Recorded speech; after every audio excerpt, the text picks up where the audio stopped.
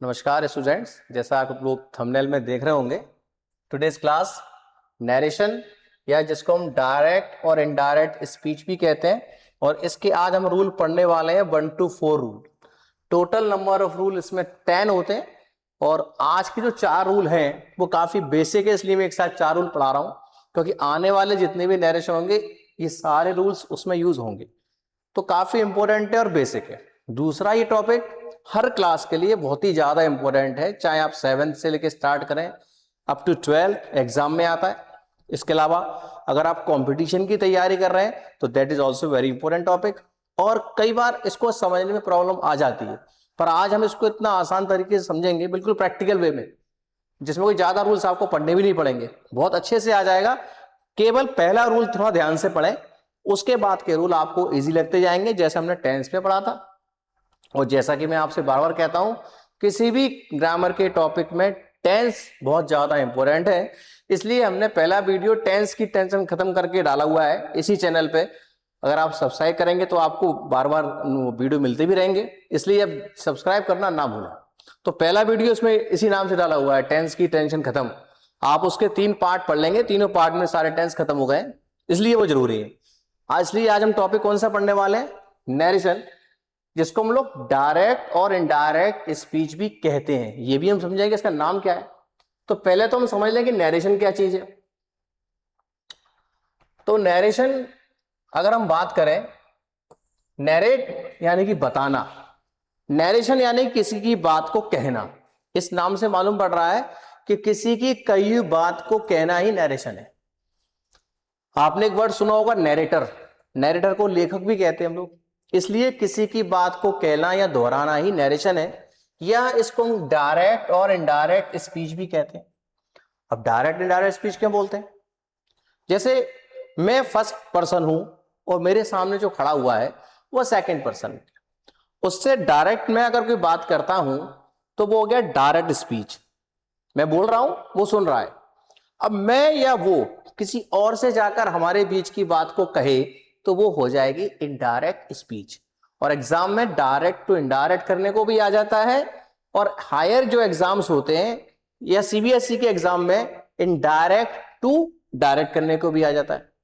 CBSE के 10th के exam में तो 10 नंबर की ग्रामर में से 5 नंबर के क्वेश्चन इसी टॉपिक से बनते हैं।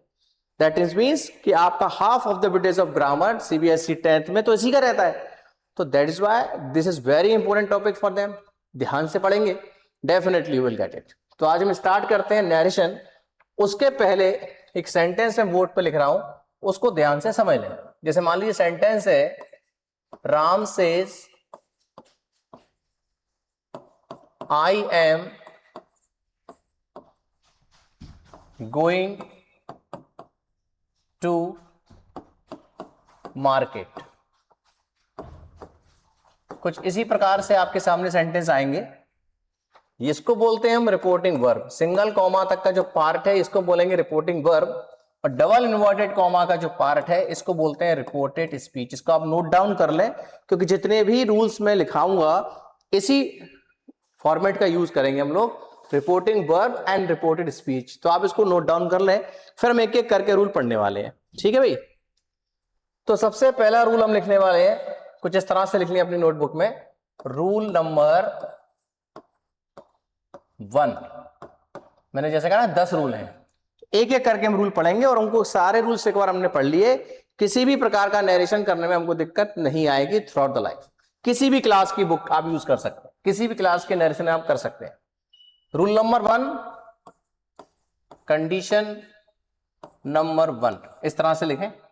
और अब मैं कंडीशन 1 लिख रहा हूं बोर्ड पे, आप लोग ध्यान से लिख लें, और बोल भी रहा हूं तो आप साथ ही साथ उसको नोट डाउन भी करते जाएं।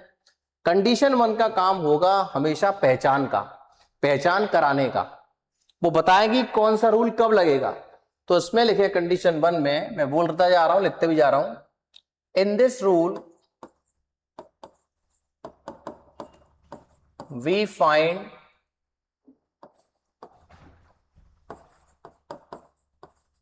reporting verb in past,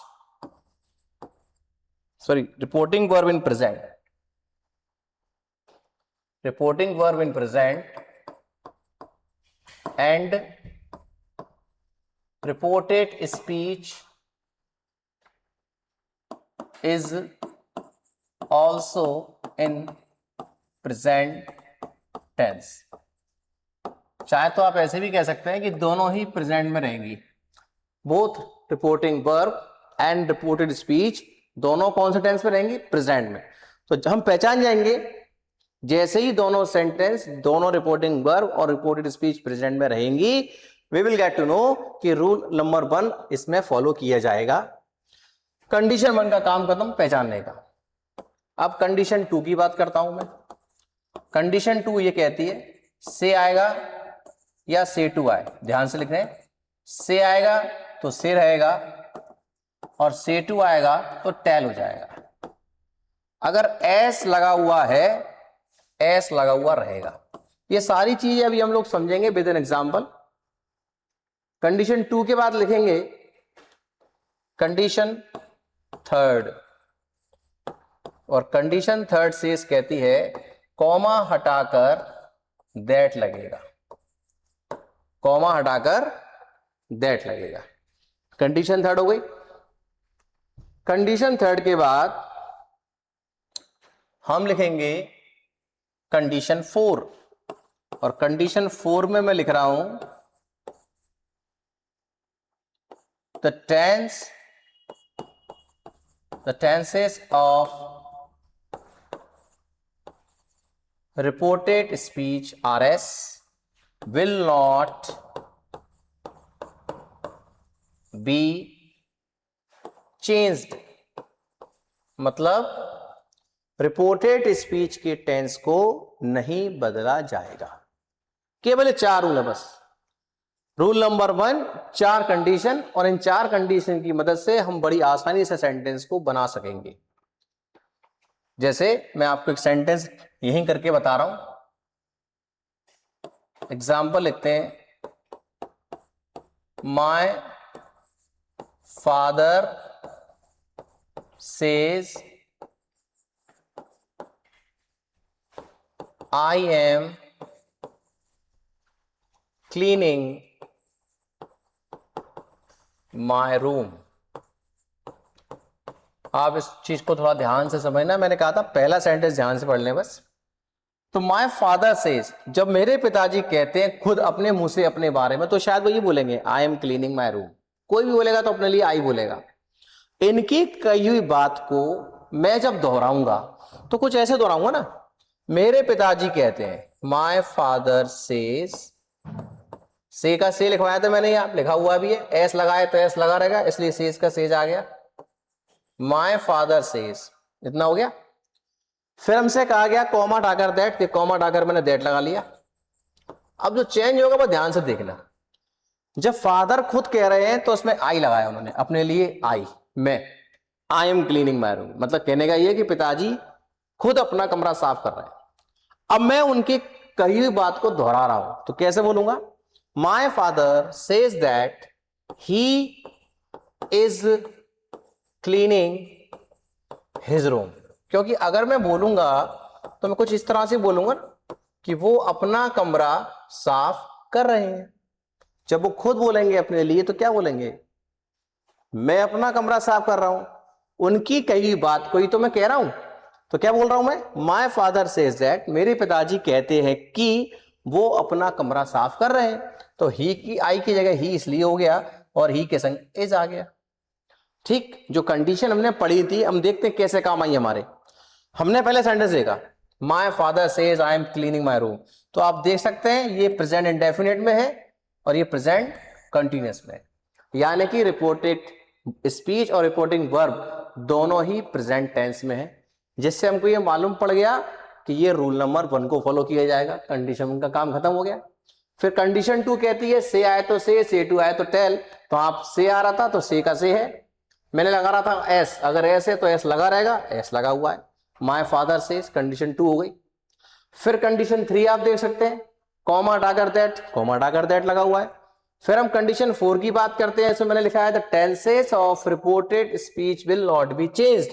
तो आप देख सकते हैं रिपोर्टेड स्पीच का जो सेंटेंस है वो प्रेजेंट कंटिन्यूअस में है और अभी भी प्रेजेंट कंटिन्यूअस में ही है।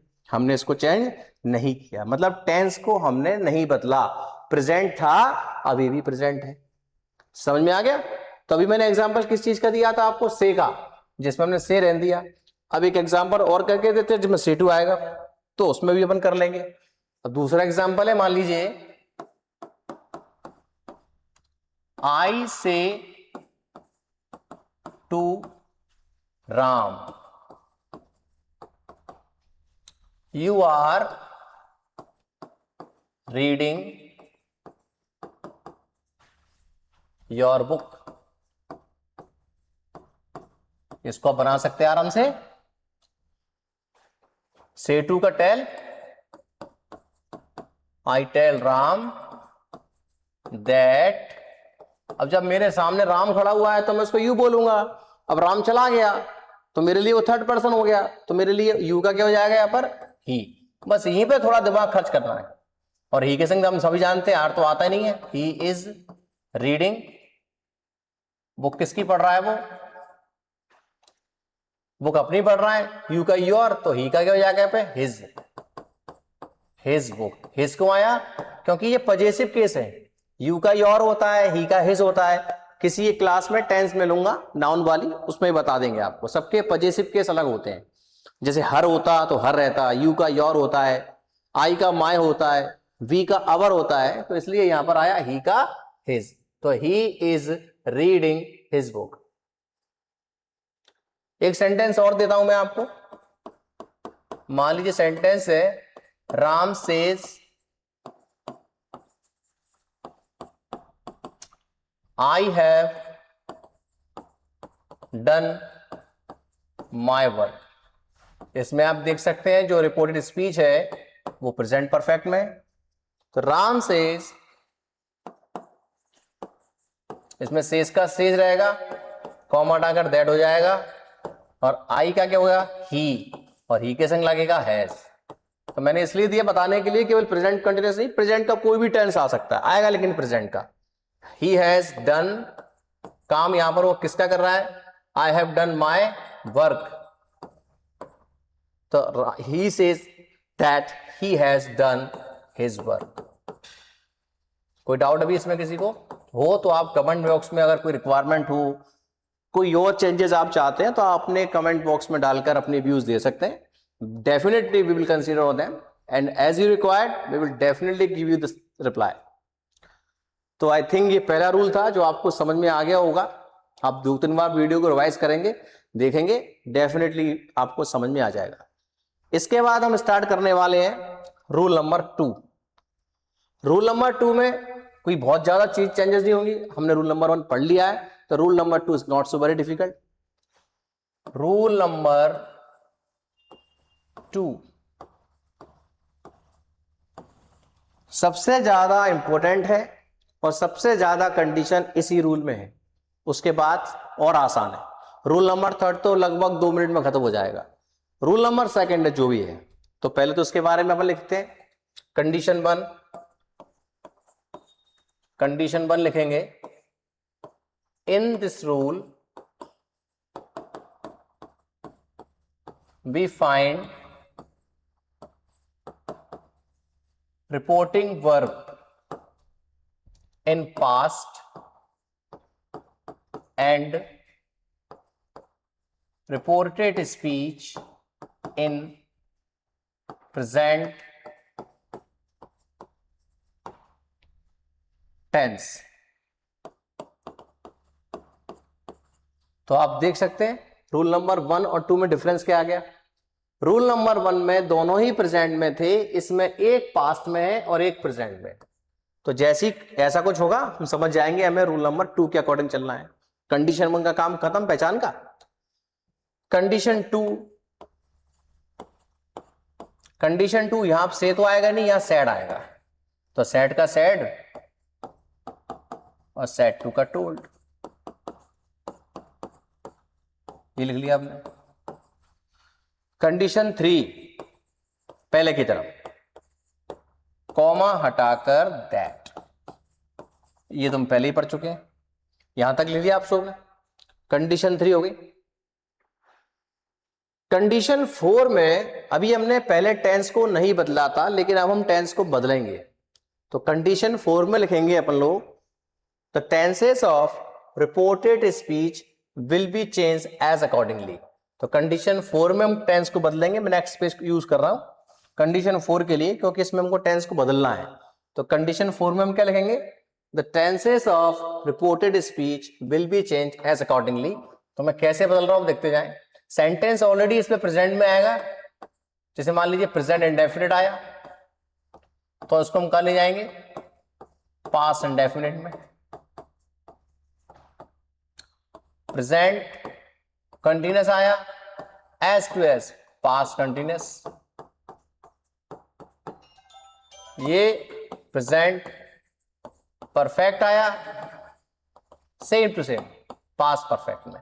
You can see that tense यहां भी आपका साथ दे रहे हैं, इसलिए वो बहुत काम के हैं। आप उनको ढंग से पढ़ लें। हम लोगों का पहला वीडियो टेंस के रिगार्डिंग ही है, आप इसी चैनल पे सर्च कर सकते हैं। टेंस की टेंशन खत्म के नाम से वो टॉपिक होगा। उसमें 3 पार्ट है, आप तीनों पार्ट पढ़ लेंगे, तीनों टेंस खत्म हो जाएंगे। उसके बाद 4 वाले में WH वर्ड का भी यूज है, तो आप पढ़ेंगे, सारी चीज आपको बेसिकली समझ में आ जाएंगे। अगर इसको सीखना है तो पहले उनको देखना पड़ेगा, टेंस अगर आपके वीक है तो। ये हो गया कंडीशन नंबर 3 के बाद 4। अब आप लिखें कंडीशन नंबर 5। कंडीशन 5 में हम लोग मॉडल्स आने पर चेंज करेंगे इसमें। तो कंडीशन 5 लिखें मॉडल्स। कंडीशन 5 लिखेंगे modals will be change as accordingly. तो मॉडल्स आपको कभी क्लास में हम डिटेल में पढ़ाएंगे। मॉडल्स कैन, कुड, शुड, ये सब होते हैं जिनका यूज काफी किया जाता है, लेकिन अभी यहां पर हमको केवल चेंज करना है, तो उतना ही लिखेंगे। जैसे लिखें कैन आएगा तो कुड, विल आएगा तो वुड, शैल आएगा तो शुड, मे आएगा तो माइट, मस्ट आएगा तो मस्ट, या फिर इसकी जगह हैड टू का भी यूज कर सकते हैं। कैन का कुड, विल का वुड, शैल का शुड, मे का माइट, मस्ट का मस्ट भी रह सकता है या हैड टू भी हो सकता है। तो मॉडल्स अगर आएंगे तो कुछ इस प्रकार से चेंज हो जाएंगे। कंडीशन 5 के बाद इसकी लास्ट कंडीशन है रूल नंबर 6 की, कंडीशन 6। कंडीशन 6 में क्या करना है, यहां पर बहुत सारे चेंजेस हैं इसी कंडीशन में, इसलिए लिखना पड़ेंगे। कंडीशन 6 में लिखें few words will be changed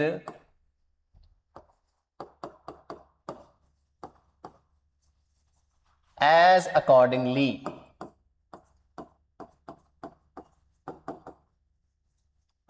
ये हो गया। वर्ड्स में लिख देता हूं, सुने होंगे आपने। जैसे दिस आएगा तो इसे दैट कर दें,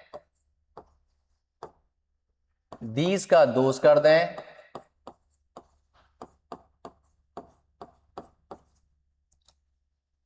हेयर का देयर कर दें,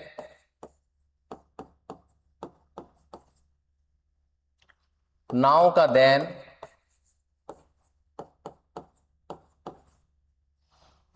टुडे का दैट डे,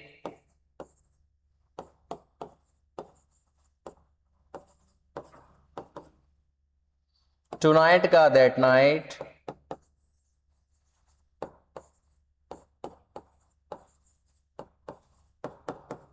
ये कुछ वर्ड है जो चेंज हो जाते हैं। दीज का दोस, दिस का दैट, यस्टरडे का the previous day, the previous day, और टुमारो का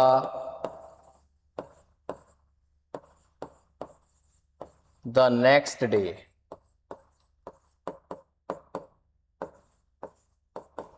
या the following day.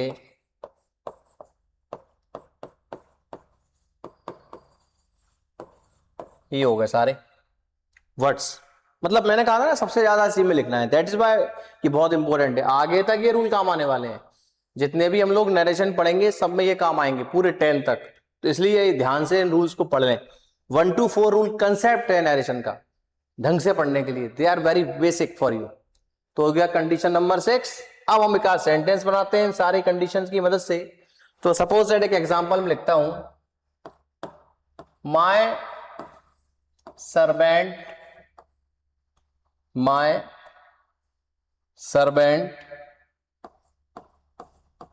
Sad.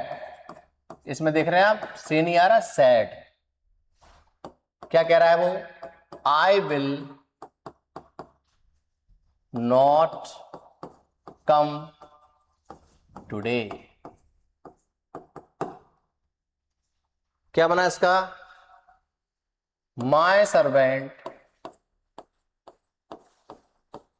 Sad का सैड रहने वाला है, लिखा हुआ है पहले आप देख सकते हैं, कॉमा हटाकर दैट, आई का क्या हो जाएगा, ही, विल का वुड लिखा हुआ है, नॉट कम, टुडे का क्या लिखवा रखा है, दैट डे। तो जो लिखा हुआ है वही तो चल रहा है, बाकी सब तो पहले जैसा ही है। आई का ही क्यों आया, बिकॉज जब सर्वेंट खुद बोल रहा था तो आई, हमने बोला तो ही लगा दिया उसकी जगह, क्योंकि जब कोई अपने लिए बोलेगा तो चाहे मेल हो चाहे फीमेल वो आई बोलेगा, हमारे लिए वो थर्ड पर्सन हो गया, then will decide whether he is male और female, then after will decide the noun, और हमने उसके लिए ही लगा दिया। अगर हम प्रोनाउन उसमें ही यूज करते, अगर मेल होता उसकी जगह तो ही है, और फीमेल होता तो क्या आता उसकी जगह, सी। जैसे सर्वेंट की जगह होता माय मेड सर्वेंट, तो ही की जगह लग जाता शी। अब एग्जाम्पल और मैं जा रहा हूं सेट टू वाला। जैसे मान लीजिए सेंटेंस है, my mother said to me you are doing my work. Sentence का इमेजिनेशन अगर हम करें तो क्या निकलेगा, मेरे कहने का मतलब यह कि मेरी माँ मुझसे कहती है, उन्होंने कहा मुझसे जब मैं उनके सामने था, क्या बोली वो, you are doing my work, you मतलब मैं, तुम मेरा काम कर रहे हो, मेरा मतलब उनका काम। तो उन्होंने कैसा बोला कि शायद मैं हो सकता है उनका काम कर रहा हूं, तो जब मैं उनके सामने था तो उन्होंने मेरे से बोला कि तुम मेरा काम कर रहे हो, जब उन्होंने मुझसे बोला। अब मैं ये बात किसी को बताने जा रहा हूं तो मैं कुछ ऐसे बोलूंगा, मेरी मां ने मुझको बताया, my mother told me, said to का टोल्ड मैं लिखा था पहले, कॉमा हटाकर दैट, तो इसका मतलब क्या निकला, मेरी मां ने मुझे बताया, क्या बताया, कि मैं उनका काम कर रहा था। तो यू का क्या हो गया इसलिए, आई वॉज डूइंग, किनका काम, अपनी माता जी का, तो माई के लिए क्या हो गया, हर वर्क। जब तक आप इसमें सेंटेंस का मीन नहीं निकालेंगे तो फर्स्ट पर्सन और सेकंड पर्सन में उलझे रह जाएंगे, प्रैक्टिकली लेंगे तो 2 मिनट में समझा जाएगा, अंदर के रूल ही पढ़ते रह जाएंगे और नरेशन कभी नहीं आएंगे। इसलिए हमको बुक से नरेशन समझ में नहीं आते हैं, और जिस तरीके से आप लोग सीख रहे हैं इस तरह का फॉर्मेट आपको किसी बुक में नहीं मिलेगा, ये प्रैक्टिकली किया हुआ तरीका है, इसलिए आपको एक्सप्लेन किया जा रहा है। तो ये आई थिंक रूल नंबर 2 भी आपको समझ में आगे होगा। कोई प्रॉब्लम हो तो आप कभी भी कमेंट बॉक्स में अपने व्यूज दे सकते हैं, we will definitely get on them. अब लिखेंगे हम लोग रूल नंबर 3, जो सबसे ज्यादा इंपॉर्टेंट और सबसे ज्यादा आसान है ना, बढ़िया, आसान और इंपॉर्टेंट। रूल नंबर 3, नाम भी उसका इंपॉर्टेंट है, यूनिवर्सल ट्रुथ, हिंदी में कहते हैं सार्वभौमिक सत्य। अब ये यूनिवर्सल ट्रुथ क्या होता है भाई, ऐसा सेंटेंस जिसके टेंस को हम लोग नहीं बदलते, अगर बदलेंगे तो मीनिंग बदल जाएगा। सपोज दैट मैंने कहा there are 7 days in a week, सप्ताह में 7 दिन होते हैं, हम इसको ऐसे ही बोलेंगे। अब मैं इसके टेंस को बोलूं कि सप्ताह में 7 दिन होते थे, तो मीनिंग बदल जाएगा। क्यों, क्या सप्ताह में 7 दिन अब नहीं होते, अब भी 7 दिन ही होते ना। जैसे सपोज दैट हम कहें we can not live without water, और हम बोले we could not live without water, तो मतलब निकलेगा हम पानी के बिना जिंदा नहीं रह सकते थे, तो क्या अब रह सकते हैं क्या, नहीं ना। तो that is the only reason, ये यूनिवर्सल ट्रुथ होते हैं और इनके टेंस को हम कभी भी नहीं बदलते हैं। मैं इसलिए समझा रहा हूं क्योंकि रूल नंबर 2 में अभी आपको मैंने लिखवाया था कि इन this rule be found reporting verb in past, और जैसे ही हमने रिपोर्टिंग वर्ब पास्ट में देखा हमने टेंस को बदला, कैन का कुड किया, इज आर एम का वॉज वर किया, पर यहां ऐसा नहीं होगा, इसलिए ये मैं लिख पा रहा हूं।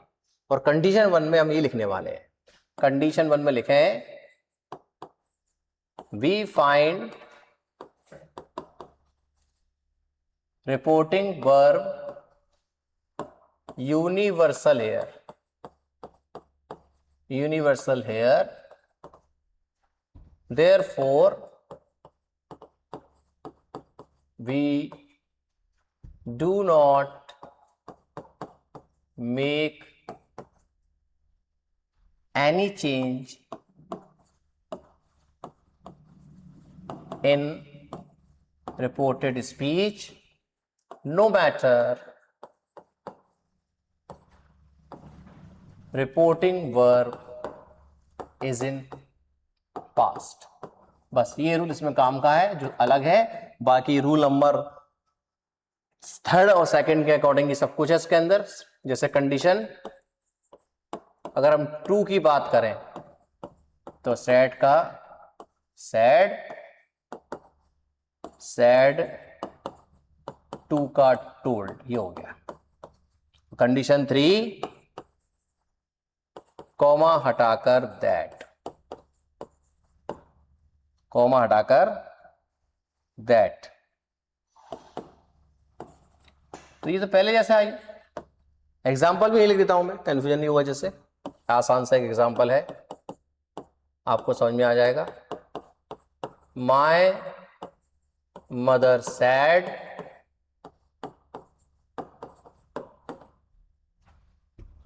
We can not live without water, तो क्या बनेगा इसका? My mother said that, no change, copy करना है उसको तो बस, we can not live without water. ऐसे कई सारे एग्जाम्पल हो सकते हैं, चेंज मैंने नहीं किया ना, आप देख सकते हैं यहां कैन है तो हम यहां कैन ही लिखेंगे, वी कैन नॉट, कॉपी करना है बिल्कुल, लिव विदाउट वाटर, तो कैन का कैन, जबकि रूल नंबर 2 में मैंने लिखवाया था कैन का कुड कर देना है। ऐसा हमने क्यों नहीं किया? Because of universal truth. ऐसे यूनिवर्सल ट्रूथ के कई सारे एग्जाम्पल हो सकते हैं, जैसे birds fly in the sky, the sun is ultimate source of heat and light, there are 7 days in a week, so many, उनको हम कभी भी चेंज नहीं करते हैं, they are the universal truth. ये था आपका रूल नंबर 3rd। और अब हम पढ़ने वाले हैं आज का आखिरी रूल, नरेशन का आखिरी नहीं है, आज का आखिरी रूल है, लेकिन बेसिकली ये बड़ा इंपॉर्टेंट है, इसलिए मैं एक साथ पढ़ा रहा हूं चारों rule.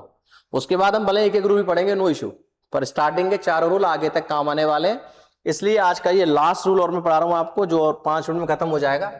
That is called rule number 4। ये रहा, इसमें क्या होगा, जो पढ़ा हुआ है इसमें भी काम आने वाला है। कंडीशन 1 इसमें कहेगी इन this rule we find both reporting verb and reported speech in past tense। तो इसमें काफी आसान हो गया, क्योंकि सबसे पहले रूल नंबर 1 हमने पढ़ा, दोनों प्रेजेंट में थे। रूल नंबर 2 में आए, एक पास्ट एक प्रेजेंट हो गया। रूल नंबर 3rd में यूनिवर्सल ट्रुथ था। रूल नंबर 4 कहता है रिपोर्टिंग वर्ब रिपोर्ट स्पीच दोनों पास्ट में रहेंगे, तो पहचानना आसान हो गया ना, डिफरेंशिएट करना क्वाइट इजी। कंडीशन 2 और कंडीशन 3 में नहीं लिख रहा हूं, क्योंकि वो बिल्कुल रूल नंबर 2 के एज इट इज है, कॉमा हटाकर दैट, सेट का सेट, सेट टू का टोल, बिल्कुल कॉपी है रूल नंबर 2 की, तो नो नीड फॉर दैट, लिखने की जरूरत ही नहीं है। इंग्लिश मैंने आपको पहले भी कहा था, जैसे जैसे आगे पढ़ते जाओगे इजी होती जाती है। तो आप देख रहे हैं रूल नंबर 4 में कुछ लगा है, केवल इसको लिखने के अलावा कुछ भी नहीं लिखना, क्योंकि ये क्या है, रिपोर्टिंग वर्ब हमको पता है, रिपोर्टेड स्पीच हमको पता है, टेंस को बदलना हम सीख चुके हैं, और रूल नंबर 2 में काफी चीज सीख चुके हैं जो यहाँ भी काम आने वाली है। इसमें केवल सीखने वाली बात क्या है, कंडीशन 4, क्योंकि यहां भी टेंस बदले जाएंगे तो कंडीशन 4 मैं डायरेक्ट लिख रहा हूं, और कंडीशन 4 सेज दैट कि इसमें टेंस को बदलेंगे, इसमें टेंस ऑलरेडी पास्ट में आएंगे, तो क्या करना है, पास्ट का सेंटेंस पास्ट में चेंज होगा। पास्ट इंडेफिनिट अगर आता है तो चेंज हो जाएगा पास्ट परफेक्ट में। पास्ट कंटिन्यूअस अगर आता है तो वो चेंज हो जाएगा पास्ट परफेक्ट कंटिन्यूअस में। मतलब अगर वॉज वर है तो यहां हम कहां कर देंगे उसको, हैड बी, चेंज हो गया। बस इतना याद रखना है, बाकी सब पहले के जैसा है नहीं कोई दिक्कत इसमें। अब एग्जांपल एक दो और कर लेते हैं, जैसे ही खत्म हो जाएगा ये टॉपिक आज का। जैसे मान लीजिए सेंटेंस इसमें आएगा कुछ इस तरह से, दोनों पास्ट में है तो पास्ट में आएगा। मान लीजिए सेंटेंस है my father said to me you took my book. You can see that दोनों पास्ट में, ये भी पास्ट इंडेफिनिट, ये भी पास्ट इंडेफिनिट। ऐसा नहीं इंडेफिनिट में ही आएंगे, पास्ट कंटिन्यूस में भी आ सकता है, एक पास्ट इंडेफिनिट एक पास्ट कंटिन्यूस में भी आ सकता है, पर रहेंगे दोनों पास्ट में। तो इससे हमको मालूम पड़ गया ये रूल नंबर 4 है। माय फादर सेड टू का टोल्ड पहले की तरह, मी कॉमा हटा कर दिया, तो पहले पढ़ चुके हम लोग। यू का क्या हो जाएगा, पिताजी मुझसे बोल रहे हैं तो क्या हो जाएगा, I. Past indefinite change to past perfect तो हेड लग जाएगा, हेड के साथ थर्ड फॉर्म आती है। किताब मैंने किसकी ली थी, यू टुक माय बुक, मुझसे कौन बोल रहा है, माय फादर, तो बुक किसकी है, पिताजी की।